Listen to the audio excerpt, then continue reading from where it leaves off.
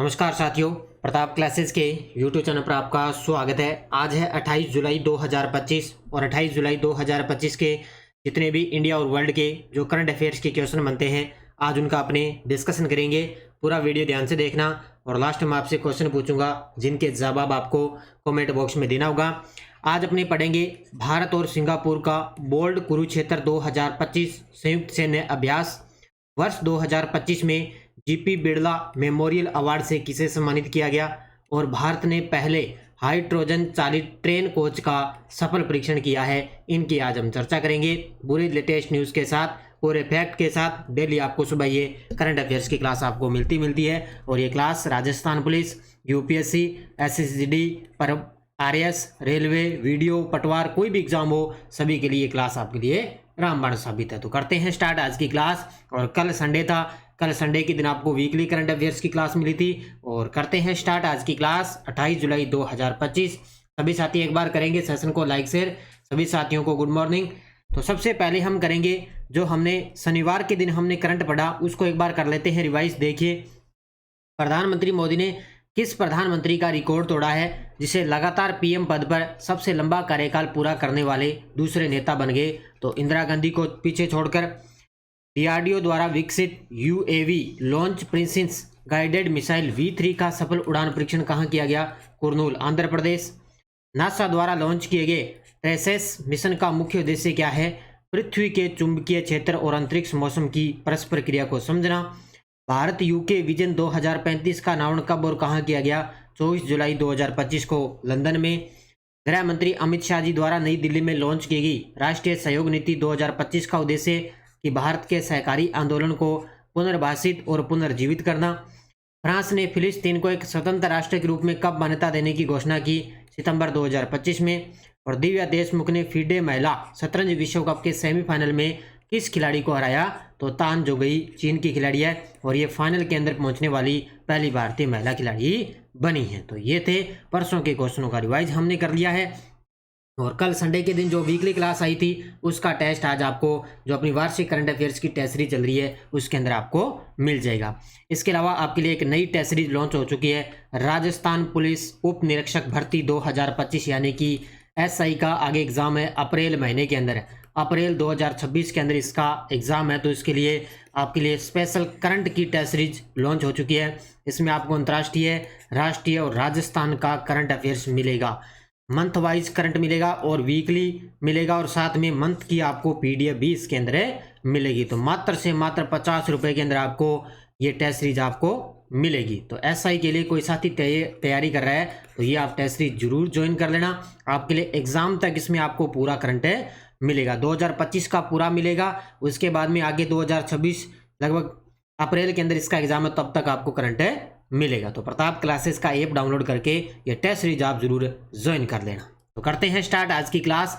पहला प्रश्न आपके सामने देखिए, भारत और सिंगापुर ने बोल्ड कुरुक्षेत्र 2025 नामक संयुक्त सैन्य अभ्यास की शुरुआत किस स्थान पर की है?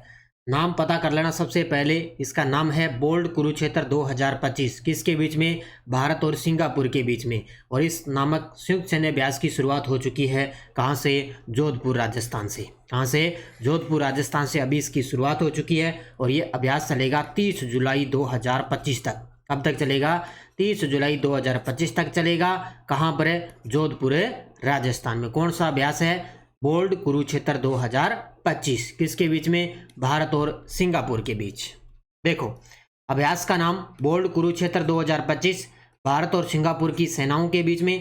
कहाँ पर? जोधपुर राजस्थान के रेगिस्तानी क्षेत्र में समाप्त होगा ये 30 जुलाई 2025। उद्देश्य शहरी युद्ध में समन्वय और रणनीति का अभ्यास, आतंकवाद विरोधी अभियानों में लड़ाकू तालमेल बढ़ाना, ये मुख्य रूप से इसका उद्देश्य है। अब अभ्यास से अगर कोई एग्जाम में प्रश्न आता है, या तो दोनों देशों का नाम पूछा जाएगा या उस अभ्यास का नाम पूछा जाएगा। इसके अलावा स्थान पूछा जाएगा, हो सकता है तारीखें भी आपसे पूछी जा सकती है। ये 3-4 चीजें नोट कर लिया करो, कोई भी अभ्यास का प्रश्न आता है ये अच्छे तरीके से पढ़ लेना। बोल्ड कुरुक्षेत्र अभ्यास कहाँ पर है? जोधपुर राजस्थान। अगला, वर्ष 2025 में जीपी बिरला मेमोरियल अवार्ड से किसे सम्मानित किया गया है? लगा लो इस प्रश्न को स्टार, आने वाले एग्जाम के अंदर ये प्रश्न आएगा, फिक्स है। तो ये देखो आपके सामने जो वर्तमान में अपने इसरो के अध्यक्ष हैं वी नारायण, जो 11वें वर्तमान में इसरो के अध्यक्ष हैं वी नारायण, उनको मिला है वर्ष 2025 का जीपी बिरला मेमोरियल अवार्ड से इनको सम्मानित किया गया है। तो ये आपके सामने इसका उत्तर होगा डॉक्टर वी नारायण, जो वर्तमान में इसरो के अध्यक्ष। तो पुरस्कार का नाम जीपी बिरला मेमोरियल अवार्ड 2025, पुरस्कार प्राप्त करता है डॉक्टर वी नारायण, जो वर्तमान में अध्यक्ष हैं इसरो के। उद्देश्य क्या है इस पुरस्कार का? विज्ञान, प्रौद्योगिकी, शिक्षा और समाज सेवा के क्षेत्रों में उत्कृष्ट योगदान के लिए ये पुरस्कार दिया जाता है। इसका पहले नाम देखें तो लाइफ टाइम अचीवमेंट अवार्ड के नाम से इसको जाना जाता है। इनकी पहले ये पुरस्कार का क्या नाम था? लाइफ टाइम अचीवमेंट अवार्ड इसका नाम था।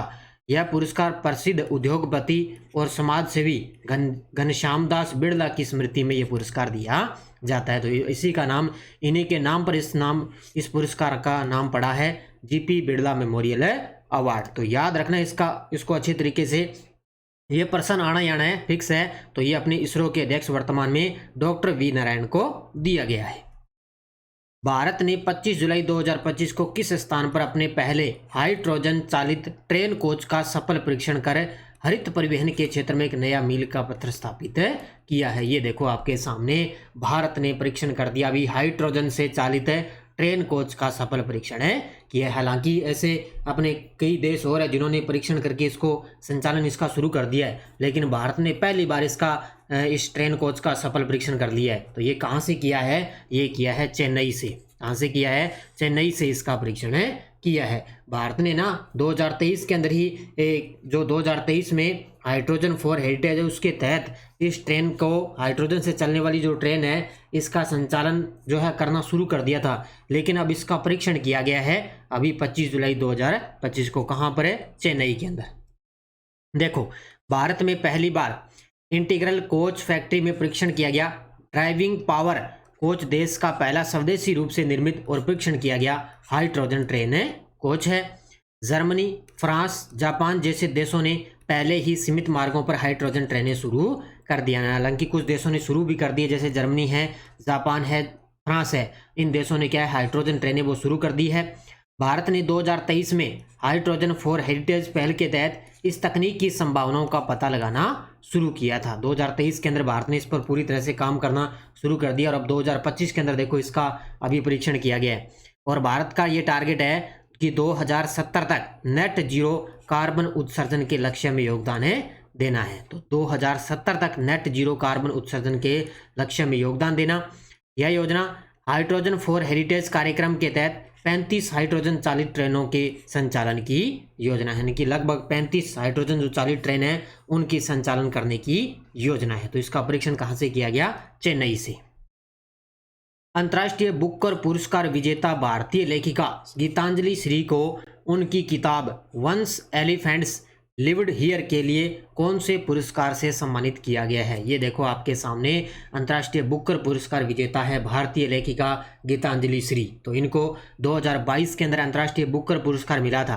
तो उनकी किताब है वंस एलिफेंट्स लिव्ड हियर। तो इनके लिए इनको कौन सा पुरस्कार मिला? पेन ट्रांसलेट अवार्ड इनको मिला है। कौन सा मिला? पेन ट्रांसलेट अवार्ड इनको मिला है। ये देखो आपके सामने तस्वीर में देखो, पुरस्कार से सम्मानित गीतांजलि श्री को उनकी पुस्तक वंस एलिफेंट्स लिव्ड हियर के लिए पेन ट्रांसलेट अवार्ड 2025 से सम्मानित किया गया। इनकी पुस्तक का नाम आपको अच्छे तरीके से पढ़ना ही याद रखना इनको। इसका जो अनुवाद है वो डेजी रॉकवेल ने किया था। याद रखना, इसका जो अनुवाद है वो डेजी रॉकवेल ने किया था। वर्ष 2025 में इस पुरस्कार के लिए दुनिया के 11 क्षेत्रों की 13 भाषाओं से रचित 14 पुस्तकों को चुना गया है। यानी कि वर्ष 2025 में इस पुरस्कार के लिए ना दुनिया के जो 11 क्षेत्र है उनकी 13 भाषाओं से रचित 14 पुस्तकों को चुना गया है। और गीतांजलि श्री को वर्ष 2022 में इंटरनेशनल बुकर पुरस्कार से सम्मानित किया गया था। उनका पुस्तक का नाम याद रखना, इनका नाम याद रखना, और इसके अलावा पेन ट्रांसलेट अवार्ड है वो इनको दिया गया है।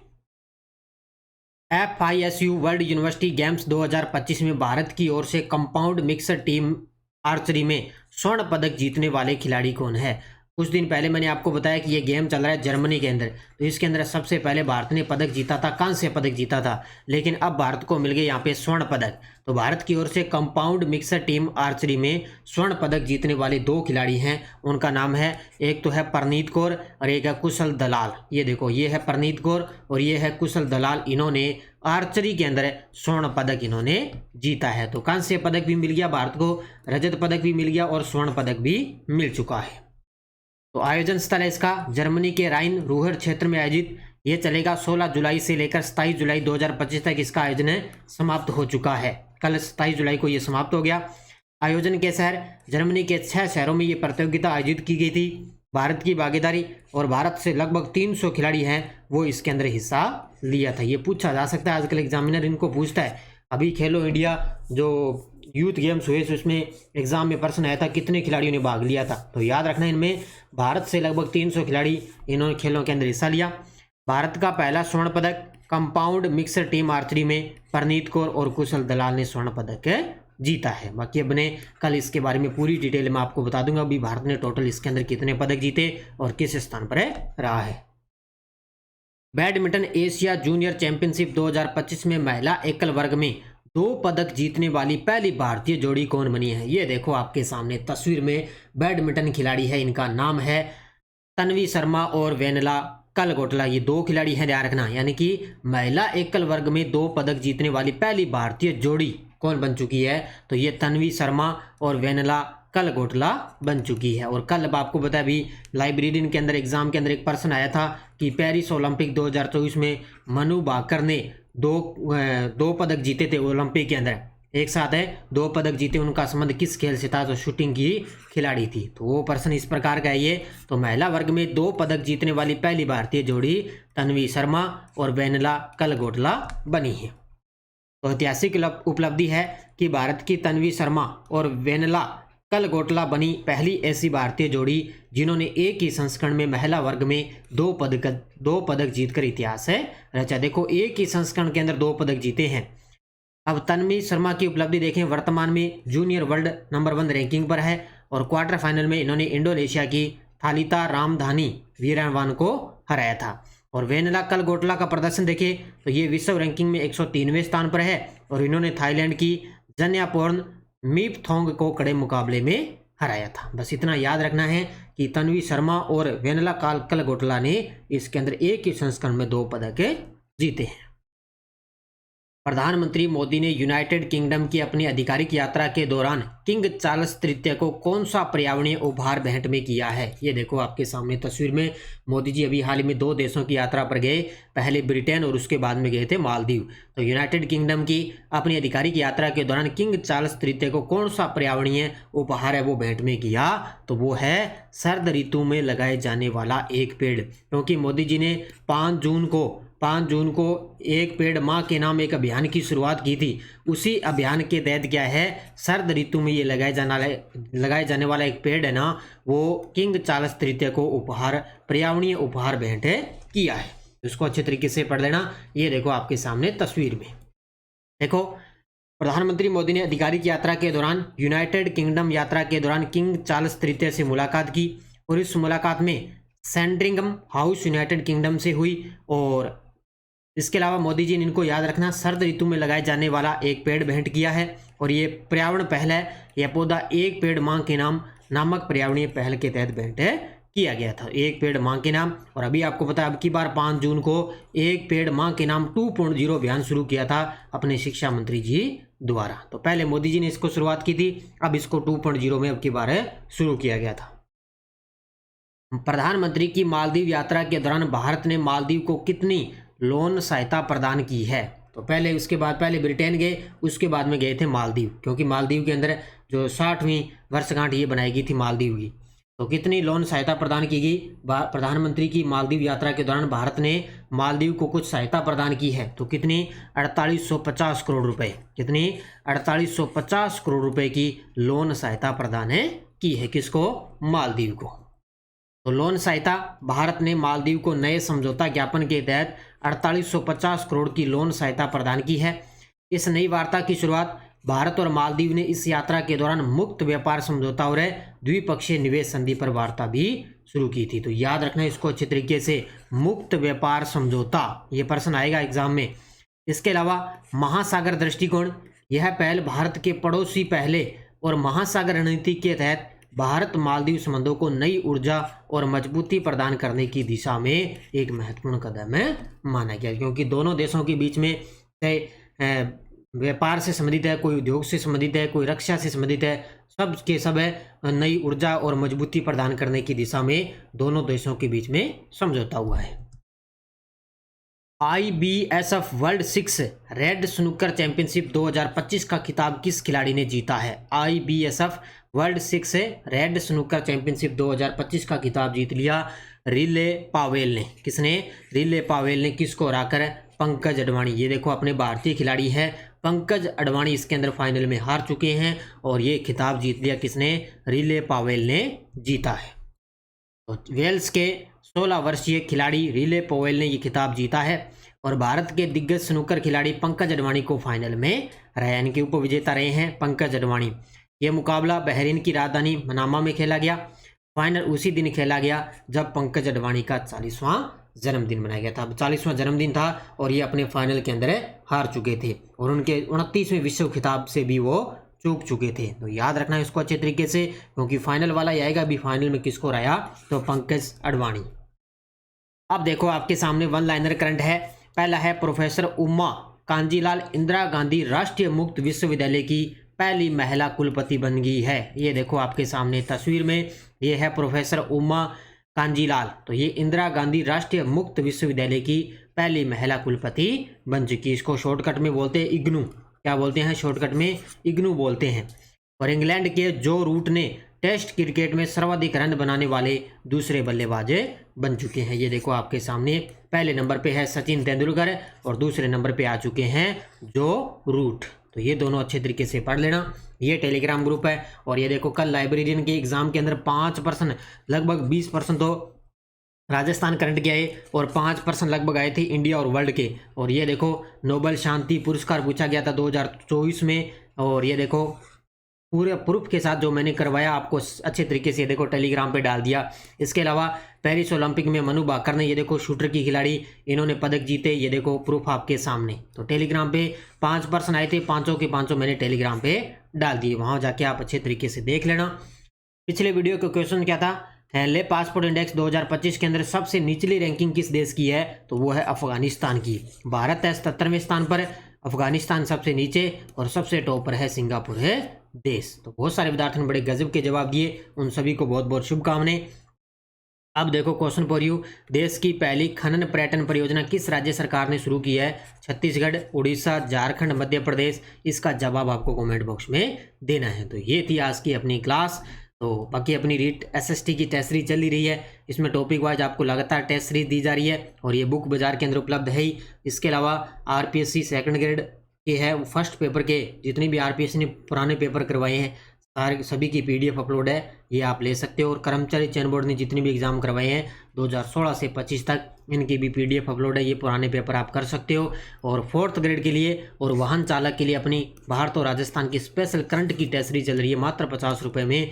इसमें भारत का आपको अलग से दिया जा रहा है और राजस्थान का आपको अलग से टेस्ट सीरीज चल रही है। तो ये आप ज्वाइन कर लेना प्रताप क्लासेस का ऐप है डाउनलोड करके। तो सभी साथी करेंगे वीडियो को जाते जाते लाइक शेयर।